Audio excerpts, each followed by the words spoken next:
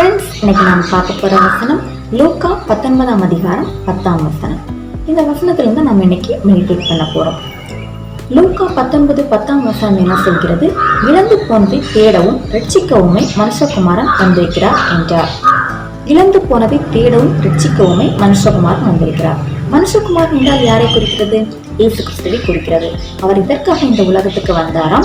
இழந்து போனதை தேடவும் ரட்சிக்கவுமே மனுஷகுமாரன் இந்த உலகத்துக்கு வந்திருக்கிறார். இது நம்ம பைபிள்ல இதை குறித்து நம்ம பார்க்கும்போது சகேயு எனப்பட்ட ஒரு மனுஷனை பற்றி நமக்கு நல்லா தெரியும். புதிய ஏற்பாடுல லூக்கா 19ஆம் அதிகாரத்தில் இதை குறித்து சொல்லப்பட்டிருக்கிறது.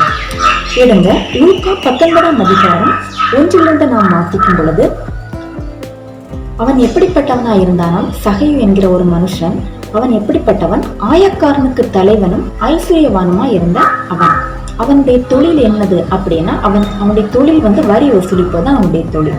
அவன் என்ன பண்ணான்னா, ஒரு நாள் ஆண்டவரை பார்க்கணும், ஆண்டவர் எப்படி இருப்பார்னு நமக்கு தெரியலையே, ஒரு நாள் ஆண்டவரை பார்க்கணும் அப்படின்னு அவனுக்கு உள்ளத்துக்குள்ளாடி அவனுக்கு ஒரு ஆசை இருந்துச்சு. ஒரு நாள் எப்படியாவது நம்ம பார்க்கணும் அப்படின்னு அவன் ஒரு நாள் விரும்பினான். அப்போ அந்த வழியா ஆண்டவர் வராரு அப்படின்னு ஒரு நாள் அவனுக்கு ஒரு செய்தி காதுல விழுந்துச்சு. அதை கேட்டதும் அவனுக்கு ஒரே சந்தோஷம், நம்ம எப்படியாவது பார்த்தாகணும் அப்படின்னு அவன் முடிவு பண்ணான். ஆண்டவர் அந்த ஊர்ல அவர் போய்கிட்டே இருக்கிறாரு. எந்த ஊர் அப்படிங்கிறது சொல்லுது, அவர் எரிகோவில் பிரவேசித்து அதன் வழியே நடந்து போகிறார். எரிகோவில் அவர் அந்த வழியா நடந்து போகிறாரு. அந்த ஜனக்கூட்டம் அவ்வளவு அதிகமா இருக்குது. அந்த கூட்டத்தின் மத்தியில் ஆண்டவர் போய்கிட்டே இருக்கிறாரு.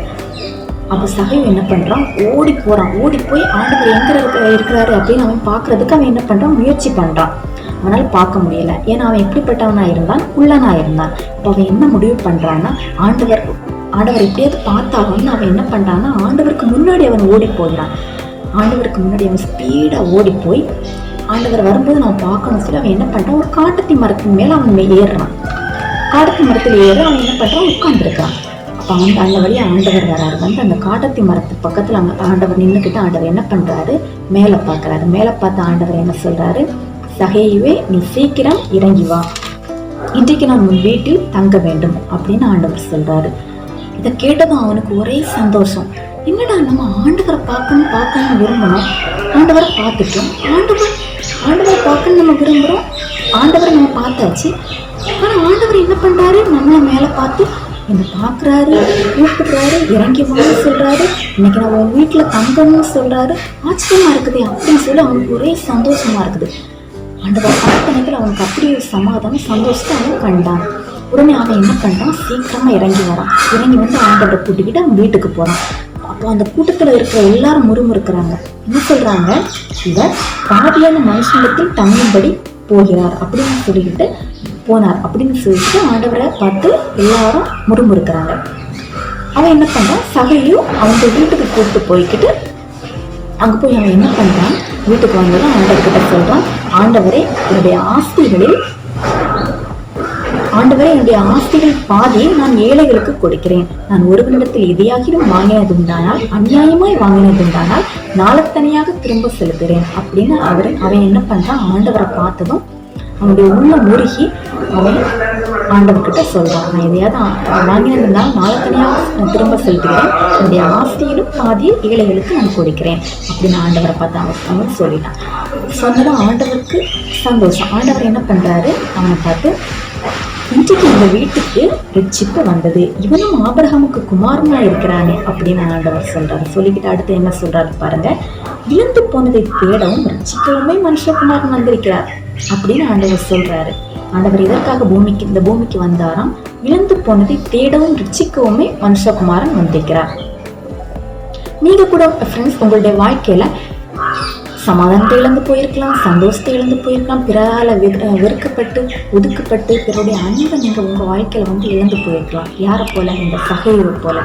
சகேயுடைய தொழில் என்ன தொழில்? அவனுடைய தொழில் வரி வசூலிப்பவனா இருந்தான். அவன் என்ன பண்ணியிருப்பான்? அவன் ஊர்ல எல்லாருமே ஒதுக்கி இருப்பாங்க, வெறுத்திருப்பாங்க, அவன் பிறரால் கைவிடப்பட்டிருக்கலாம்.